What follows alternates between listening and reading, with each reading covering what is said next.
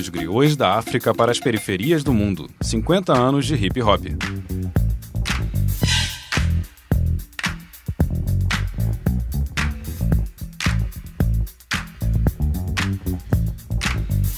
E vejo claramente a diferença dos lugares que abrigam projetos sociais para os lugares que não têm. Nos lugares que têm projetos sociais, a incidência de jovem indo para a criminalidade é muito menor. Não estou dizendo que não tenha, mas é muito, muito menor. Já num outro lugar onde esses projetos não chegam, infelizmente ainda tem muito jovem que acha que o tráfico de drogas é um meio de ascensão social, o que é uma grande verdade e uma grande ilusão. É muito fácil vir aqui me criticar, a sociedade me criou, agora manda me matar, me condenar e morrer na prisão, virar notícia de televisão. Seria diferente se eu fosse Mauricinho, criado a sustagem e leite ninho, colégio particular, depois faculdade. Não é essa a minha realidade. Sou caboquinho comum, com sangue no olho, com ódio na veia, soldado do morro. Para finalizar essa série especial sobre os 50 anos do hip hop, trazemos um bônus. Uma entrevista com o rapper MV Bill, o mensageiro da verdade, que nasceu na Cidade de Deus, bairro da Zona Oeste do Rio de Janeiro, poucos meses depois do hip hop surgir em Nova York. Rapper de reconhecimento internacional, lançou seu primeiro álbum em 1993. É um dos fundadores da Central Única de Favelas, a CUFA, e também integrou a primeira formação do Conselho Curador da Empresa Brasil de Comunicação, órgão com representantes da sociedade civil para debater os conteúdos, e extinto em 2016, por medida provisória, após o impeachment de Dilma Rousseff. Eu sou Daniel Mello, jornalista da Empresa Brasil de Comunicação, e estou apresentando esse podcast. A entrevista com o MV Bill foi feita pelos jornalistas Léo Rodrigues, da Agência Brasil, e Carolina Pessoa, da Rádio Nacional. A gravação estava marcada para ser feita na Cidade de Deus, mas em decorrência de uma operação policial na comunidade no dia, ocorreu por videoconferência. A conversa ocorreu em agosto de 2023, por ocasião dos 50 anos do dia considerado o marco zero da cultura hip hop, 11 de agosto de 1973, quando ocorreu a Block Party dos irmãos Cindy Campbell e Kool Herc, no prédio do bairro do Bronx, em Nova York, atualmente reconhecido como berço do hip hop pelo estado norte-americano. A mesma história todo dia é foda. É isso tudo que gera revolta, me deixou desnorteado. A gente sabe que o hip hop ele tem uma importância muito grande como movimento cultural, como movimento social, né, que ajuda a mudar a vida de muitas pessoas na periferia e ao mesmo tempo precisou lutar muito por espaços, né? E hoje a gente já tem festivais específicos de rap, né, coisas que não existiam há alguns anos atrás. A discussão da criação do Dia Nacional do Hip Hop, né, e a Semana de Valorização do Hip Hop. Essa luta por espaço é uma luta permanente? Como é que você vê esse cenário aí do movimento hip hop hoje? Eu vejo que teve um crescimento muito grande, né? Avançou bastante, principalmente na questão que era uma discussão para mim que era totalmente infundada. Tipo, se o rap é ou não uma música, sabe? E acho que ao longo dos anos provou que rap sim é música, só que é uma forma diferente de fazer. Você pode fazer com auxílio de um DJ, que aí você fica na parte eletrônica, mas já tem inúmeros que misturou rap com banda. Eu tenho, sei lá, uns 3, 4 projetos assim. Teve muitas críticas se eu ia fazer a música ou não, mas acho que foi o preço que a gente teve que pagar lá atrás para que hoje a nova geração pudesse usufruir disso sem ter que ficar explicando o que é música também. Falando da música rap, mas do hip hop como movimento, enquanto cultura, é uma cultura que contém 4 elementos e o rap é só um desses elementos. Dança, grafite, DJ, sabe, competições de dança e mais a música rap. Falta um pouco disso ainda no Brasil. Talvez quando a gente tiver pessoas nossas, não somente trabalhando na parte musical, como rapper, como MCs, mas também trabalhando nos bastidores, na curadoria de eventos, captando verba, sendo dono do evento. Acho que isso vai fazer com que a gente coloque o hip hop como um todo em evidência e não somente a música rap. O rap sempre esteve muito vinculado a temáticas sociais, né, as questões, as demandas da periferia. Nesse momento a gente tem alguma questão específica que está mais em voga, que aparece mais no rap em termos de temática? Em questão de musicalidade também, a gente teve alguma transformação do rap nos últimos 20, 30 anos? Olha, com o crescimento também apareceu também um pouco do esvaziamento desse discurso, né? À medida que a gente tem jovens de classe média, de famílias mais abastadas, jovens brancos também fazendo rima e fazendo sucesso, muitos assuntos acabam saindo de pauta, como, por exemplo, o assunto racial, social, violência, porque são jovens que não vêm necessariamente desse tipo de realidade, desse tipo de convívio. Então, esses assuntos, eles não estão tão presentes como já estiveram em outrora. Isso não quer dizer que não tenha gente da atualidade fazendo bons trabalhos e trazendo essa temática. Tem, mas tem que garimpar. E o que está fazendo sucesso e mais está em voga nesse momento são raps que não falam dessa realidade, que falam de amor, falam de diversão, de ostentação, algumas letras denegrindo a imagem feminina, sem tirar o mérito dessas músicas e desses artistas. O que você acha que a que se deve esse fenômeno? Você acha que está faltando mais consciência social? Por que tomou esse caminho? Acho que talvez seja um caminho natural, né? Por conta do crescimento. Eu acompanho bastante a cena norte-americana e a cena do hip-hop europeu também, e vejo que eles acabaram indo por esse caminho. Então, acho que o crescimento de qualquer movimento, de qualquer cena, acaba trazendo esse lado mais pop para aparecer. Isso vai desde os artistas aos contratantes que preferem os artistas que têm essa cara e essa forma mais pop, né? Que não tão enraizada dentro do movimento. E acho que o público também tem uma influência muito grande nisso, né? À medida que o público faz as suas escolhas de qual artista que ele vai ouvir, de qual artista que ele vai preferir, ele está acendendo mais o artista e escondendo outros, né? Já que hoje a gente não tem tão forte a cultura do jabá, que paga para tocar na rádio, sabe? Ou que só vai ser sucesso se for trilha sonora de uma novela.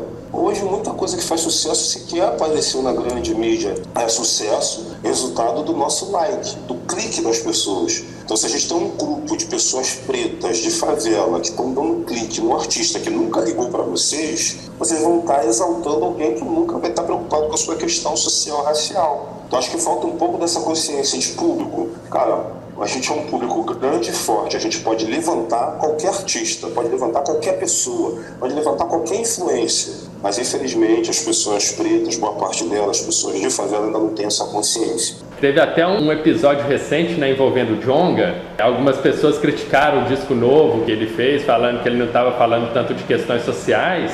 E aí ele até no Twitter, né, respondeu: olha, eu tenho, sei lá, dezenas de músicas que falam de questões sociais, mas eu, como rapper, também sou uma pessoa comum, uma pessoa que também gosta de amenidades e também posso, em algum momento, querer falar de outras coisas, né? Será que o rap, em alguns momentos, ele tem sido cobrado para ser só uma coisa e não pode ser várias coisas ao mesmo tempo? Quando eu lancei meu primeiro disco, né, em 2000, Traficando Informação, eu sofri muito com isso depois, né? Mas eu nunca levei isso a sério. Nunca deixei isso interromper ou interferir no meu criativo, né? As pessoas começavam a procurar em todos os discos uma música, Soldado do Morro, né, que foi minha primeira música no Tráfico de Informação. Então, todo disco que eu lançava, a pessoa ia procurar um Soldado do Morro lá. Mas não dá para fazer músicas como Soldado do Morro assim de uma hora para outra. Ali eu vivi um momento específico, morando numa Coab dentro da Cidade de Deus. Quase não saía de casa, então a minha janela virava tipo uma tela de cinema, onde eu ficava vendo tudo aquilo que eu narrei acontecer, sabe? Eu tinha um tipo de vivência que hoje eu nem sei se eu conseguiria fazer uma música como essa, cheia de verdade. Eu talvez ia ter que inventar, porque eu não vivo mais aquilo. E, tipo, quem quiser ouvir uma letra minha como Soldado do Morro, a música tá lá, em todas as plataformas, disponível para você ouvir a hora que você quiser. Mas como artista eu preciso ter a minha criatividade liberada para falar de outros assuntos, para falar desse assunto de outras formas. No caso do Soldado do Morro, eu ainda fiz mais duas músicas, né? Fiz a música Soldado Morto e O Soldado que Fica, mas sem pressão. Eu mesmo senti que dava para fazer, que era uma necessidade minha. Mas isso não quer dizer que eu só vá falar desse assunto. Eu tenho músicas que falam de relacionamento, tenho músicas sobre entretenimento, e eu acho que tem que ser assim mesmo. Eu sei qual que é a minha raiz, vocês jamais vão lembrar de mim. Ah, o Bill, aquele cara que canta música à noite. Não, Bill que canta Soldado do Morro. Só Deus pode me julgar, é do dedo na ferida. Essa é a minha raiz e isso é o que me caracteriza. O que não quer dizer que eu também não possa ter uma música bacana e divertida como uma música à noite. E eu acho muito importante ter essa diversidade musical dentro de cada artista. Em 2024 a gente tem Olimpíadas, né? E pela primeira vez o break, que é a dança do movimento hip hop, virou uma competição olímpica, né? Você acha que isso fortalece o hip hop? Eu acho que vai ser importante porque breakdance talvez seja um dos elementos menos reconhecidos da cultura hip hop. Sim, falando bem a verdade. Os grafites, eles são bem reconhecidos e são bem recompensados por alguém que quer fazer uma pintura, uma fachada na sua casa, ou um outro tipo de banda qualquer, não precisa ser de hip hop. Os DJs tocam tudo quanto é lugar, tem DJ que virou DJ famoso no mundo inteiro. E o rap a gente já sabe que está em primeiro lugar nas plataformas. Já o break, os b-boys e b-girls não tem tanta visibilidade assim. Então eu acho que eles estarem dentro de uma competição olímpica, acho que vai colocar, né, o elemento, a prática em evidência. E acho que em nenhum momento vai tirar a força do break que vem da rua, né? Que é um break completamente diferente, que não é competitivo olímpico, é competitivo na rua. Às vezes tem uma batalha de rua, ou às vezes só dançar por hobby, só para exercitar o corpo, ou só para estar em contato mesmo com o movimento. Então acho que uma coisa não vai anular a outra. Nesse caso do break, eu acho que vai até acrescentar. Você foi um dos fundadores da Central Única das Favelas, né? Eu queria que você falasse um pouquinho da importância desse trabalho, né? Que é para sair do discurso e colocar também um pouco da prática, né? Tentar criar mecanismos para transformar a vida de pessoas na periferia, né? Cara, eu acho que quando surgiu a CUFA, foi uma grande oportunidade que eu tive de colocar em prática aquilo que eu estava só discursando nas minhas músicas, né? Ali junto com o Celso Ataíde, Nega Giza, lá no início de tudo, a gente fazendo algumas oficinas, aquilo foi crescendo. Como não tinha nenhum trabalho governamental que conseguisse alcançar o jovem da periferia, o nosso trabalho chegou como uma bomba, né? Como uma grande salvação, um território de possibilidade para quem não tinha nenhuma. Com o crescimento do trabalho, a gente começou a ir para todos os estados. E a cada lugar que a gente ia, eu fui percebendo que a gente também foi criando novas lideranças. Logo eu percebi que chegou um momento em que eu não precisava mais ser o frente de tudo. Então hoje tem 8 anos que eu não faço mais parte da CUFA, né? Continuo entusiasta da ideia, continuo amigo de todas as pessoas e estou sempre participando quando posso. É claro que assim, a CUFA deve ter até limitações orçamentárias, né? Não vai conseguir resolver todos os problemas da periferia, mas indica um caminho do Estado que poderia, né, fazer muito mais do que faz, né? Ou do que não faz hoje em dia. Uma das coisas que eu tinha muita preocupação quando eu estava na CUFA era da gente não parecer querer substituir o poder público, sabe? Mas mostrar que existe uma lacuna na falta de política pública que eles não implementam ou quando fazem não chegam nesses lugares. Sou um cara político, mas político social, tenho meus posicionamentos políticos, mas de levantar bandeira para político, pedir voto, essa nunca foi a minha onda, né? E dentro da instituição, enquanto eu estava lá, eu também não podia deixar que cambasse, né, para esse lado. Então eu sempre tomei muito cuidado para a gente não substituir o poder público e nem deixar que ele também nos engula. Eu queria falar um pouquinho também do seu disco mais recente, né? Dr. Drill. Você traz, né, alguns assuntos que já apareceram em outros momentos da sua carreira, né? Questão da importância da educação, né? E também a crítica à cultura armamentista, né? Nesse disco, primeiro dizer sobre a questão rítmica, né? Eu mesclei com 2 ritmos que estão bem em evidência na atualidade. Um deles é o trap, né? E o outro é o drill. Só que eu fiz ambos à minha maneira, sabe? Do meu jeito de fazer, sem autotune, sem voz robotizada, só o menino do refrão que fez. Para esse disco eu quis trazer também algumas parcerias de gente jovem, que eu gosto. Então tem ali o Major RD, que é da nova geração. A nossa história é muito bacana porque a gente se conheceu no festival, mas ele conhecia meu som porque o pai dele, que é da minha idade, mostrava minha música para ele. Tem o Freud, que é de Brasília, que é muito versátil. O Lorde, que é do ADL, daqui de Teresópolis. Tem o Rod, que é da banda 3030, é da Bahia, mas reside no Rio de Janeiro. E a abertura do disco é feita pelo Eric Scratch. Então, assim, foi muito importante juntar essa galera toda, né? Que é de outra geração, que é de outro momento, para trabalhar junto comigo. E ainda tem o Rashid, de São Paulo. Na música, por exemplo, Aulas e Palestras, a gente juntou ali 3 gerações. Tem o Major RD de 20 e poucos anos, o Rashid de 30 e poucos, e eu já na casa dos 40 indo para os 50. E todos na mesma faixa, tá ligado? Isso pra mim é uma parada muito foda. E aí a gente traz dentro desses assuntos que não estão tão em voga. A gente falando da importância da escolaridade, né? A importância da educação. Na música Soldadril, a gente fala dessa ilusão dos jovens de favela que ainda acha que ser criminoso é legal, que entrar pro crime é tirar algum tipo de onda, e quando morre é a família que vai chorar, e quem estava junto contigo na situação de amigo não vai nem ligar. Então não vale a pena. E sobre o seu livro, A Vida Me Ensinou a Caminhar, você traz crônicas, né, sobre sua vida, né, experiências que você teve, e de que forma, assim, esse trabalho literário ele se relaciona com a sua produção musical? Eu acho que totalmente, tem tudo a ver. As duas coisas estão muito ligadas, né? Apesar de um livro ser completamente diferente na hora da escrita de uma música, né? No livro dá para ser bem mais aprofundado, mas apesar de ser literatura, é um livro também muito musical, né? Porque ao final de cada capítulo tem um QR Code, né? Que te leva para alguma mídia que tem a ver com a história que você acabou de ler. E muitas dessas mídias são musicais.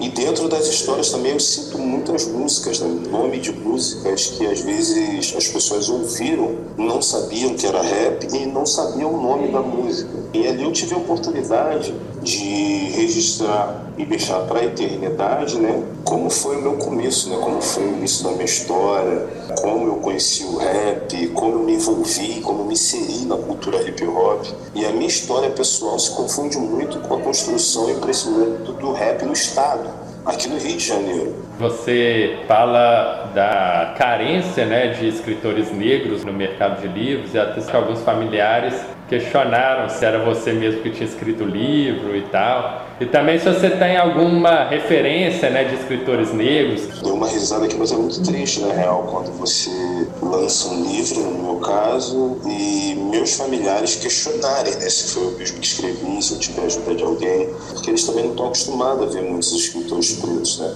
Eu já li muitos escritores pretos que eu gosto, da atualidade, mas o que me levou a ser um artista multifacetado mesmo foram minhas referências do rap, né? Todos os caras que eu admirava lá de trás da minha geração se transformaram em ator, apresentador de programa, participaram de programas de auditório, viraram diretores de cinema, e alguns deles também lançaram livros. Então quando eu vi que, dava para ser rapper, mas também dava para ser, multifacetado, sabe, um artista multi, falei, cara, eu quero isso pra minha vida. Os meus rap de história são cheios de detalhes, mas no livro a gente pode detalhar muito mais. E no livro a gente tem uma outra vantagem, que aqui no Brasil as pessoas, nosso povo aqui, ele é mais acostumado com músicas melódicas, com música que tem melodia.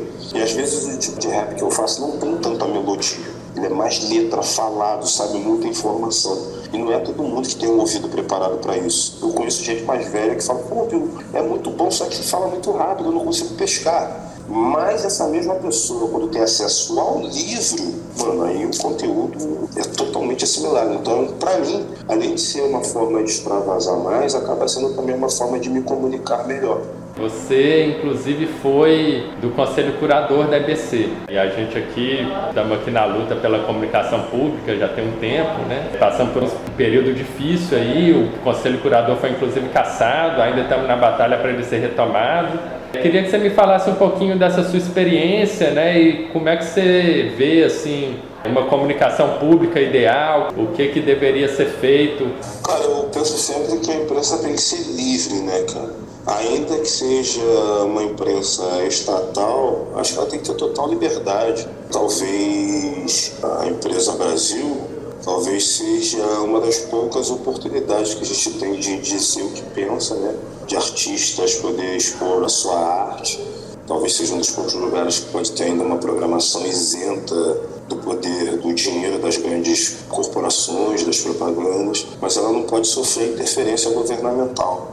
Eu acho que ela tem que trabalhar com muita independência e liberdade, até para fazer crítica do próprio governo, se for o caso. Infelizmente, na última gestão, né, foi bem desastrosa. Achei até que fosse acabar com esse tipo de comunicação. Que bom que não. E torço sempre para que vocês tenham bastante liberdade para fazer o jornalismo do jeito que tem que ser, livre. E aí, falando um pouco também, né, de produção audiovisual, né, eu queria relembrar aqui também o documentário que você produziu aí, o Falcão, Meninos do Tráfico, né, e que já tem quase 20 anos, né?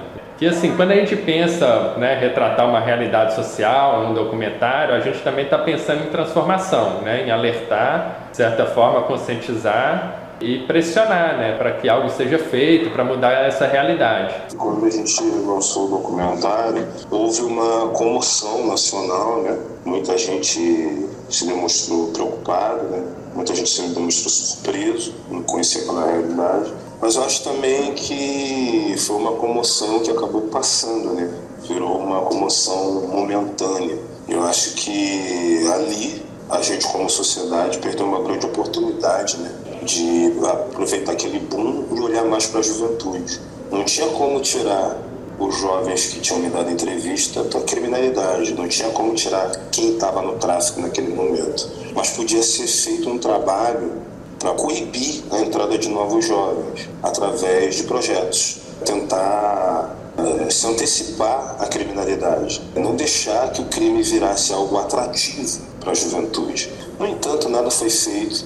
A política de guerra e de combate às drogas, ela se demonstra fracassada à medida que esse número aumenta. A política que a gente tem de combate isso é somente através da morte, através da bala, da violência. Não existe um plano de inteligência, mas parece que não é tão interessante salvar esses jovens. E isso virou uma tarefa mais nossa, né? Mais do morador, mais de pessoas que são preocupadas, dos agentes sociais. Mas isso deveria ser uma preocupação do governo. Por isso que eu sou um grande incentivador de pessoas de favela e pessoas pretas se candidatarem a cargos públicos. Porque hoje a gente faz uma coisa que eu acho ruim, ineficaz para a gente alcançar bons resultados e objetivos, que é de exigir de um político, na sua maioria, branco, hétero e rico, que olhe para essas mazelas que tem no Brasil. Pô, ele não vai olhar.